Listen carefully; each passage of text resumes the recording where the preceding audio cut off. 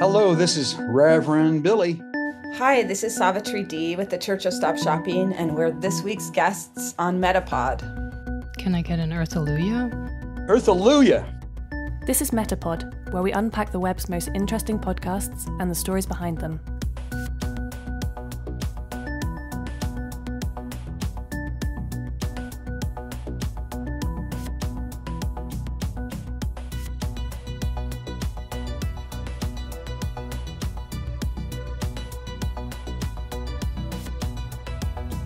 Hi, this is MetaPod, and I'm Wendy. Thanks for tuning in.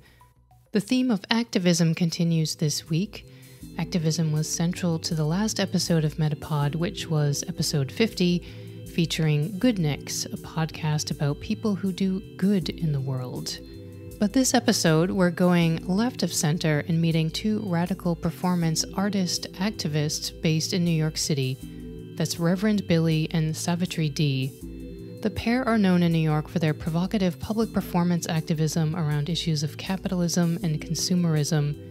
In the last several years, the two have extended their action to issues related to climate change and the environment. Much of Reverend Billy and Savitri D's work is done with a community of like-minded performance activists known as the Church of Stop Shopping. This includes artists, musicians, and the Stop Shopping Choir. EARTH RIOT is a radio and podcast project of theirs that further spreads the message to challenge capitalism and social structures that institutionalize social inequality. Just a quick note before I start the tape, you'll hear Reverend Billy refer to the sixth extinction. This is a reference to a book of the same title by Elizabeth Colbert. There is a link for more information about the book in the show notes.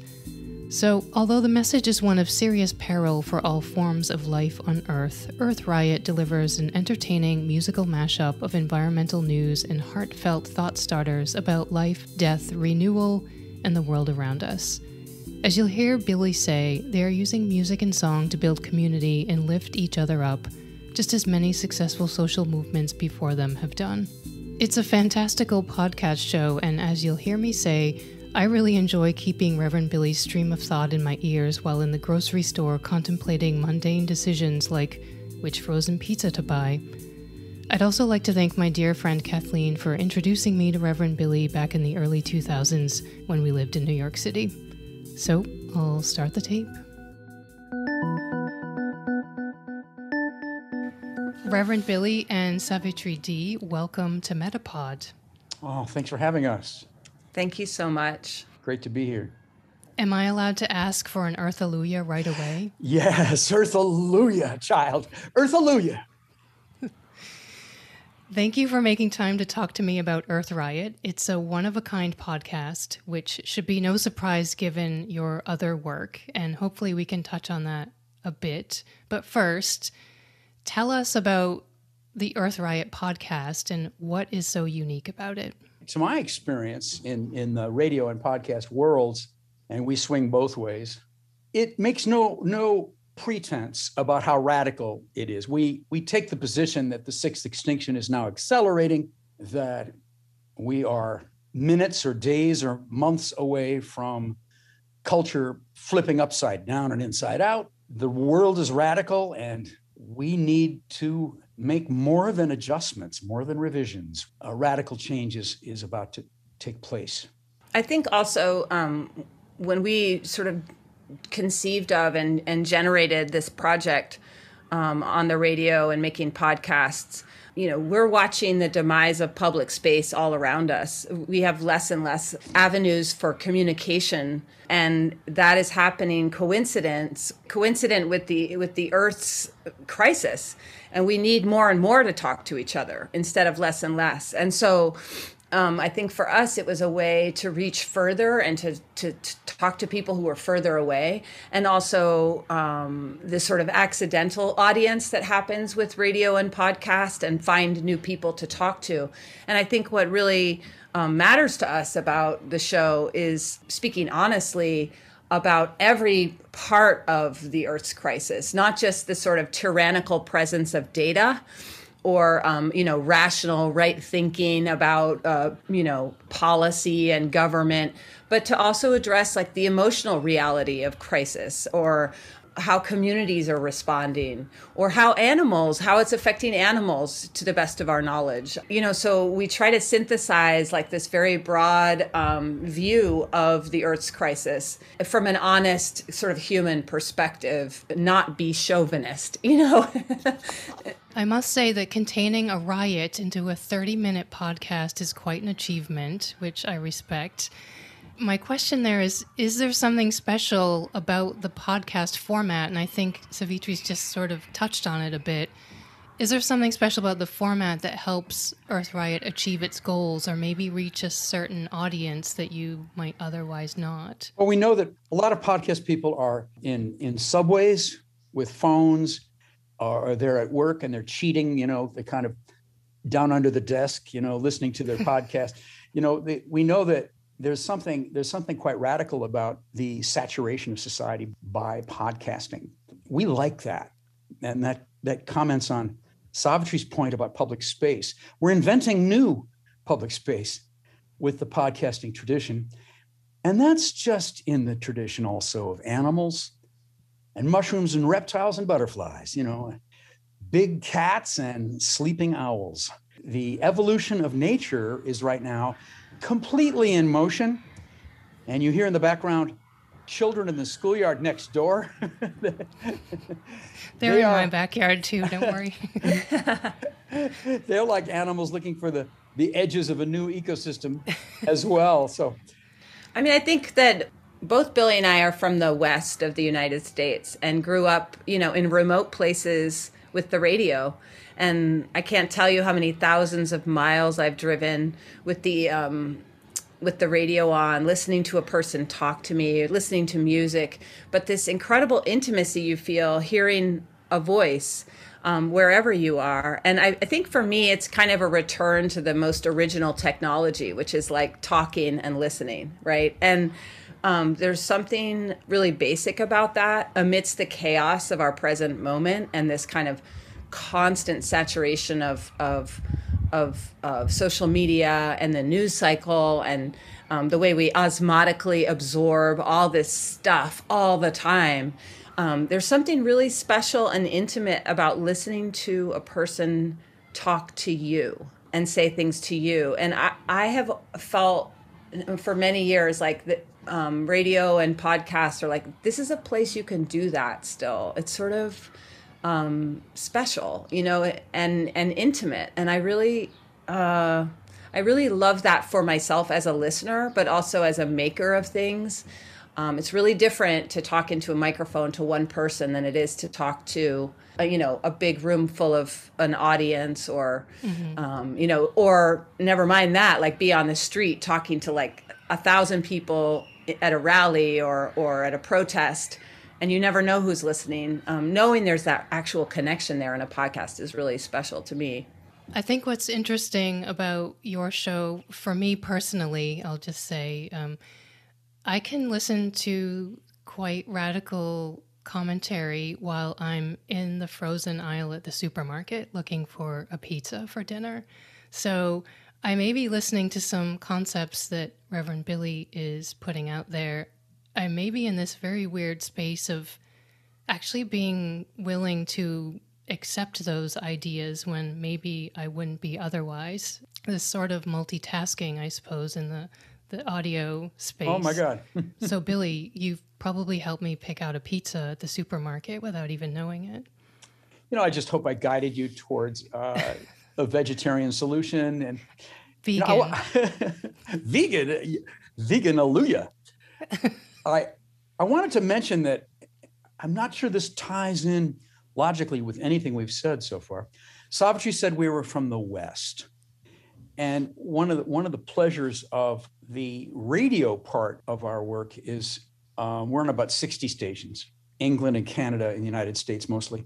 We've taken the time to sell our radio show to local stations where we lived. So for Savitri, it's Taos, New Mexico, and that's KCEI. And that goes out across as a earth defending show, especially, it matters, goes out across the Zuni and Apache and Hopi and Navajo tribes there in New Mexico and Arizona.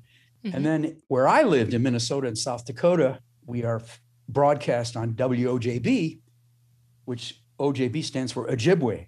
That goes out across Standing Rock and the Line 3, which we've helped defend, Anishinaabe, Ojibwe, Lakota, Sioux, and all the way out to the Paiutes.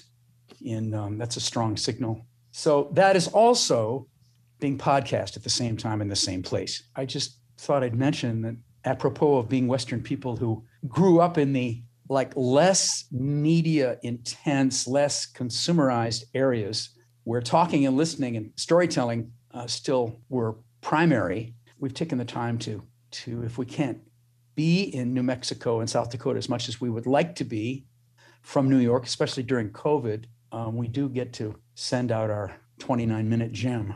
So you are based in New York City much of the time, I think. Yeah. What, if anything, is different about activism in New York City than other places in the U.S. or maybe outside of the U.S.? Well, there's 10,000 journalists at least living in New York City. That's one big difference. I think also New York at least has the possibility of really pluralistic protest and activism because there are so many kinds of people here. I mean, that presents its own problems, but I think we have the potential to really be a truly diverse and complex ecosystem of activism here in a way that most places don't. Maybe parts of London have that too. I think also there's a constant stream of people coming and going here. So we're able to encounter a lot of people for the first time and maybe the last time, but you do have exposure to a lot of people here in a very special way because there's so much motion and movement. And then I think as earth workers, and we have a really specific challenge, which is how to tell the story of the earth in a place that is almost entirely built by human hands. And that is a really difficult thing to overcome. And we've learned really that the wildness that exists here is largely a human wildness. And so we try to generate that wildness amongst ourselves with other people.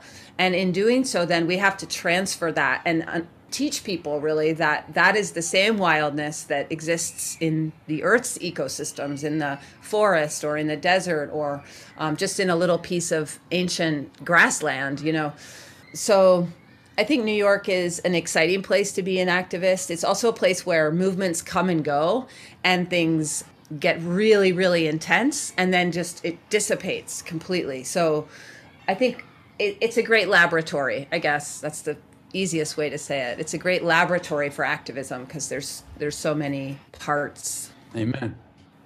Earth Riot and really a lot of your work that I know is incredibly imaginative, and the podcast is a few special segments presented by you, Savitri, the news from the natural world and sounds of extinction. Can you tell us a bit about the thinking behind those fairly contemplative elements of the podcast? Yeah, News from the Natural World is a synthesis really of news and scientific news and weather news and sometimes medical news from around the world every week. It's about 10 minutes of information. And one of the things I try to do when I'm making the news is decenter the human from the news. So if you start reading news with this mindset, you realize they'll report on something, but it's always about how it affects humans, like this terrible weather system, but it's always about the human impact of that, right? And I try to weave a newscast that isn't always human-centric, that includes animals and plants and even just the earth itself, even just dirt, from a non-human-centric point of view.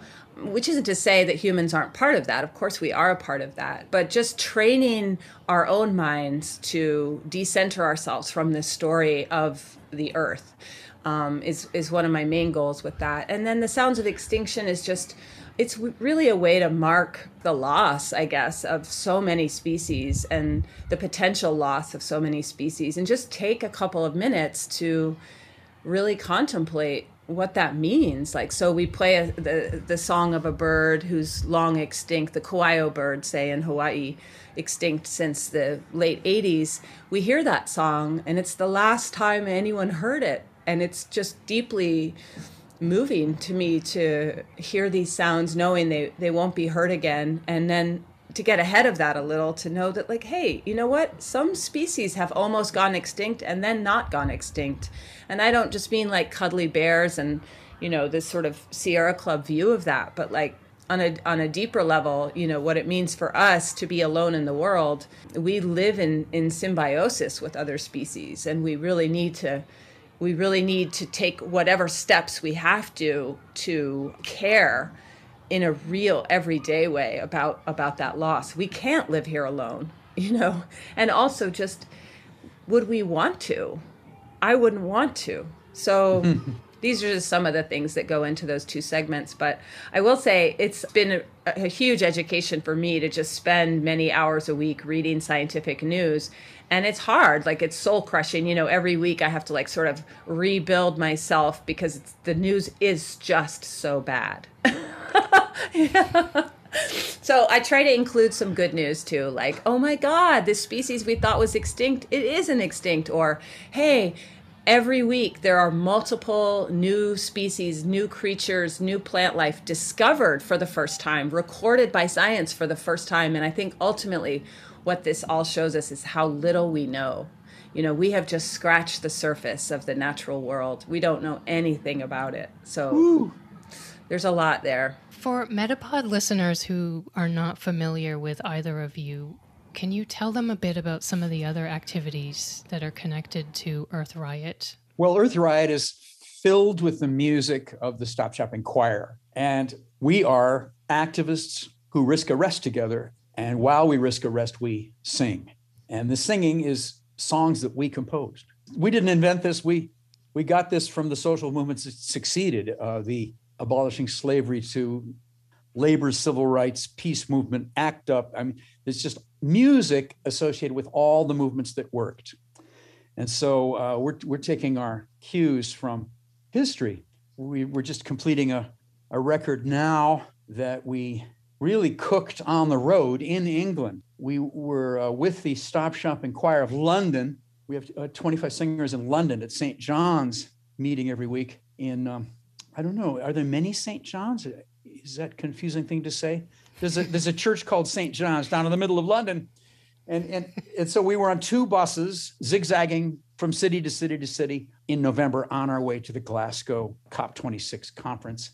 We sang our new songs every night, and cooked it that way. Got really confident and made final adjustments on those songs. And those songs are concentrating our preoccupation with the sixth extinction. We're bringing humor and music, sadness and bitterness and happiness and giddiness to this very special environment we're in right now, which is not some kind of Christian apocalypse. It's not. There's nothing fabricated about it.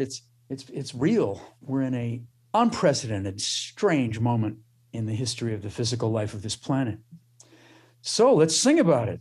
Amen. You two are not only partners in activism, but partners in life. How do you make that work, if I may ask? How does that work, Savitri?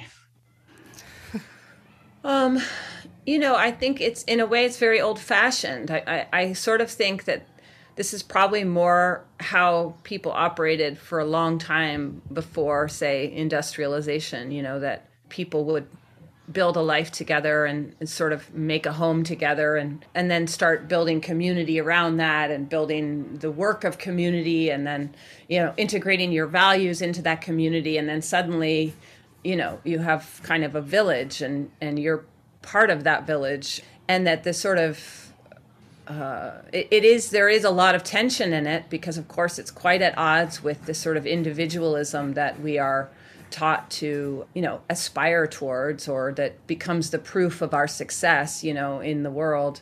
So it's challenging, but it's also very interesting to be in such deep collaboration, right? Because it strengthens your values and it strengthens your sort of commitments. And not just as a couple, but as a community, we hold each other up, so there are inevitably times when it's very difficult for me to engage with this work as an activist. It's because it's hard, it's punishing, and there's a lot of failure, but I have a community of people gathered around who, they can pick up the slack when I have to let go of the rope, so I think that, as a feminist, there's a lot of problematic aspects to having a creative life with my male partner, not because of him, but because of the structures we work in.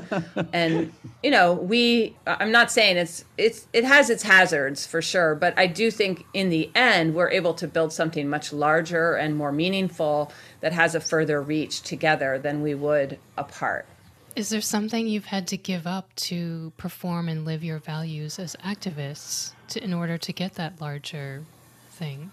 Oh, Wendy. Money. Where's the money? Well, being an activist or being an artist, period, I guess, living outside of institutional support. And because we work outside of category as well, we're sort of marginalized in every category of commercial society. Like, we're not in the music business. We're not really theater people. We're not really in the NGO world. We're like in between all of these things.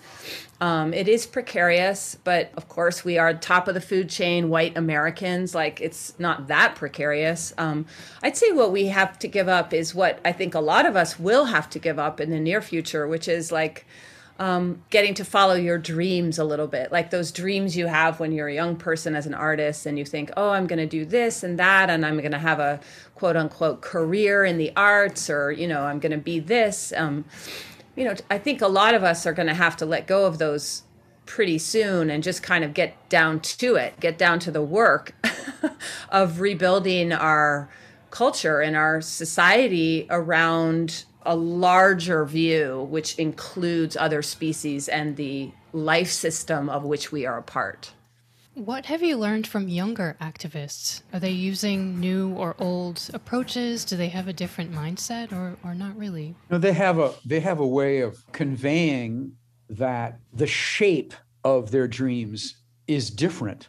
Now, Savitri just said that the way we're raised in the United States, this expansive quality, this vertical climb into your future that's supposed to lift us up. Everybody can get there, kind of false fiction. But that's the way we're raised in this culture. And all the advertising encourages it. The people in their 20s that are in the choir, they can convey a impatience with marketing that is so severe. The cutoff of the voice of corporations is so cut and dried. They know that's lying, and they don't even spend time with it. I was just going to say, I feel like the young people that we work with are, working with multi-generational groups is really great because they're constantly, we're teaching each other, and there's a freshness, right, to the approach, like an energy. They come in with all this velocity, like, wow, we could do this. And, you forget that you tried that 10 times and it didn't work. But hey, let's do it again. Let's try again. So there's some of that, just energetic appeal, But then I think also there is a really profound shift in and fluidity in positioning, right? Like, it's interesting because it's kind of at odds with this concept that identity is all right now. I actually feel like the young people that we work with and I feel lucky to work with them. They also are aware of their position. They don't care so much about positioning, right? There's less of that kind of strategic positioning. Where am I? Who am I in this structure? It's more experiential, and they're, I think, much more fluid. And that shows up like in gender. It shows up in like a class consciousness, where they are aware of the class divisions, but also willing to just push through them. And there's a kind of togetherness that I really appreciate, like a willingness to be miasmic and kind of in a big kind of embryonic like group together, that my generation, Gen X, certainly did not have at all. What would you say younger activists have learned from you? Well, I think that they see a kind of persistence. For instance, we have a storefront church in New York, in Manhattan, in the Village, and we're there every Sunday at 5 o'clock. the idea of just being there every Sunday. We've been there every Sunday since in the wintertime sometime. I think that that's something that we know we have to keep repeating. We know we have to. We don't have $1 million to sell something in a big splash. We have to be inspiring with our music and our preaching and our marching down to a local park that has been clear cut and over to the Department of Parks where they still spray with glyphosates. And, we just have to keep at it day in and day out. But it's also an ethical thing. Like, I think, and I love that question so much, Wendy, what do you think young activists learn from you? It's such a good question to carry around. I mean, I would say it's about success and failure, right? That we don't do this work because we're succeeding.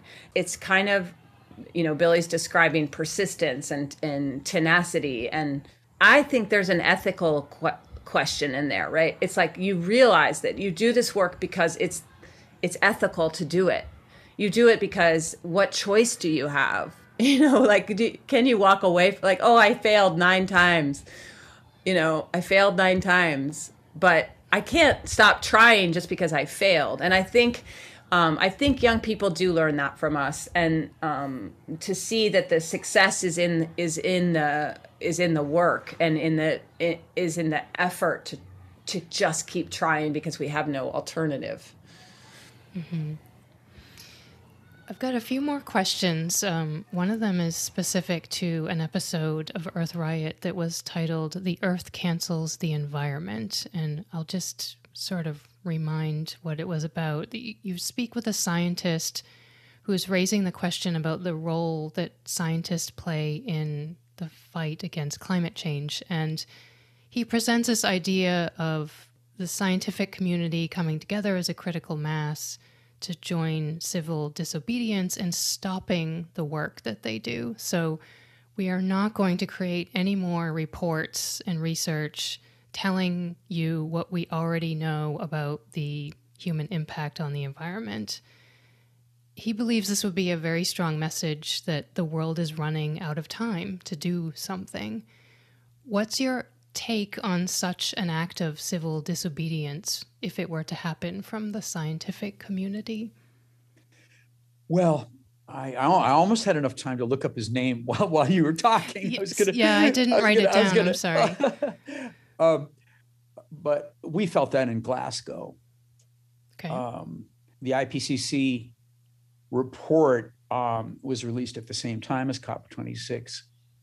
And the weakness of the NGOs, the weakness of the traditional environmental movement leaders in the big green, as they call the big famous outfits with their millions of dollars and ability to market like corporations. That's what they are, as corporations. They utterly failed. And there was, by now, it's the 4th time, a walkout on the last day. And some of the scientists probably were in that walkout. It was led by indigenous grandmothers. They walked out of the big gray conference center there that was high security conference center where none of us could go. And they just walked out in a big, it looked like the Israelites in reverse, coming out. And then the cops opened the gates and let them out. And they danced with us and had a great time. I know that it was happening with scientists. It was happening with lots of different people. They were saying, I'm going to change my position vis-a-vis this large construction of interlocking roles, which is, after all, making a lot of money. I mean, life is really hard right now, right? So what happens? When life is hard, people find safety somehow, right? And a lot of us find safety in institutions of various kinds. And that's where we pursue our dreams. That's where we do our best work. A lot of us in the structure of institutions that support us, right? But we say, join the earth. And the only institution that matters right now is the earth itself. So when I think about scientists joining the earth, this is civil disobedience, right? That scientist in Los Angeles, he went to a Chase bank. He did an action there at a Chase bank that Billy and I have done literally hundreds of times, right? But he was going further doing that action because he was walking out of an institution, out of a structure that had supported him, his career, his whole thought process, his way of life entirely, right? He was, in a sense, rejecting it by doing that action. Now, I think that all of us really have to examine what this is for each one of us and do what we can do in that regard. So I totally support the scientists, saying, hey, you have enough information. We have enough information. Now we must act. Now we must change. The presence of data in our life is paralyzing. It is overwhelming. We are, all of us, walking around with way too much data at this point. We know what's happening, and our common sense, of course, tells us too. We know there's 5 million people displaced in Assam right now in India. We know there's heat waves across Europe. The southwest of the U.S. is on fire. I mean, the Arctic and the Antarctic are record high temperatures at the same time. I mean, we have the data we need right now, but what we are unable to do so far is to give up the safety we have, right? So that scientist, I really applaud him. I wish I could remember his name right now, but I applaud him because he made a move, and that's what each one of us have to do in our lives. I totally support him and all the scientists saying, you have the information, we have the information, let us act. These scientists had to watch, after the Paris Climate Agreement, they had to watch the big banks and the big oil companies blocked the nation states from continuing with their pledges. The agreement was basically privatized. We all witnessed that. JP Morgan Chase famously invested $196 billion right after, dating 24 months from the signing of the agreement, almost $200 billion. And all the banks followed Chase down that road until there was an intensification after the Paris Climate Agreement of CO2 and methane going into the atmosphere. So everybody had to watch that. Suddenly you're like looking around, you're calling into question the basic assumptions. We have the IPCC report. We have the international climate conferences every 2 years, sometimes 1 year. We have a set of embedded nature writers in the major media. You look at all that preset stuff and you say, well, it's all adding up to not enough. The Earth is out ahead of this. The extinction is accelerating way beyond our response. And yet they come out with a press release. It was at Glasgow. The popular corporate press release was, we pledge to have net zero CO2 emissions by 2050. And people just laughed. That's like walking into a Hieronymus Bosch apocalypse. 28 years from now, you're gonna come clean. And then we started asking each other, what do they mean by net? Because there's always, in marketing, there's always that thing, what does that mean? It's a ditty. It just sounds good. Net zero, what does that mean? So it's an accounting trick. So we are calling for people to walk back into what nature they can find, slow down, stop, be with nature, listen to what's going on there, change your senses from advertising back to the natural world. We are evolving to be a part of the advertising cycles, but now it's being discovered. It's really wonderful that trees are talking. Trees actually taste and smell. We can't prove what they can't do. They may be storytelling. What do trees do? Better not say they can't do this or that, because every time we get a little bit deeper with our clumsy science, we find that there's more and more genius there to be witnessed. So I agree with Savitri. The earth is our government. The earth is our economy. The earth is our culture. The earth will have to lead us now because we've blown it. If you could ask one person to do one thing that would change the course of the planet's demise, forgive me for calling it demise, who would it be and what would you ask them to do? Wow, it's a hard question. I would ask the U.S. military to disband. I would ask the President of the United States to shut down the U.S. military. Okay. Good answer. Good answer. That's the most toxic corporation. It is a corporation now. It's not public anymore. That's a good answer. Everybody stop your car and leave it on the highway and take your children and walk sideways through the ditch, into the field, into the forest. Last question is, what's next for Earth Riot? Anything special or anything you want to let MetaPod listeners know about? Well, we have these new songs coming out. Okay. Savitri, go ahead. Yeah, I was just going to say, we've just finished a collection of songs. I guess people call those records or albums. A family of songs that we wrote through the pandemic. They're just coming out in the next couple of weeks. And so I hope people will listen to those. You can find them at revbilly.com. And yeah, that's the main news on our home front. And also that there's a new choir in London. And that's really exciting that we have 2 communities of people making music together. Yeah. Great. Reverend Billy and Savitri D, it's been fantastic to talk to you. Thank you for joining me on MetaPod. Earthaleujah. Earthaleujah. Thank you, Wendy. Thank you so much for having us. Amen. Thank you, Wendy. Take care. Take care of yourself. Thank you to Savitri and Billy for talking about Earth Riot and their work more generally. I hope, like me, you'll give Earth Riot a listen the next time you're at the grocery store or anywhere out and about where you feel like having a 30-minute personal podcast riot in your ears. And for the record, I do love all kinds of pizza, even frozen ones from the supermarket.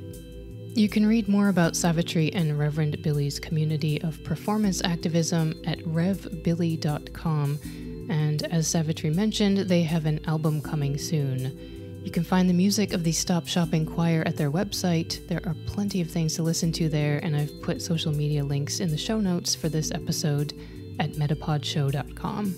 Next up on MetaPod, I'll be talking to David Pietrkowski of the For Keeps podcast. For Keeps features stories about collections and the people who collect. You don't have to be a collector to appreciate the stories of fascination and dedication that people have for stuff. You'll hear about stamps, music, books, and many other strange types of memorabilia on For Keeps, but most interesting are the collectors themselves. So check that out in the meantime at forkeepspodcast.com, and then meet me back here for the chat with David. Thank you for listening to this episode of MetaPod, and if you're a loyal listener, super duper thanks to you for coming back to listen. If you'd like to suggest a guest for MetaPod or say something nice or maybe just interesting, send me a note via Twitter at The MetaPod Show or via Instagram at MetaPod Show. Thanks. That's all for now. See you next time.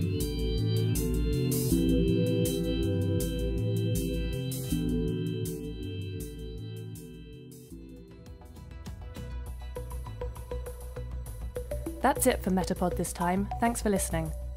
MetaPod will be back soon with another unpacking of the web's most interesting podcasts.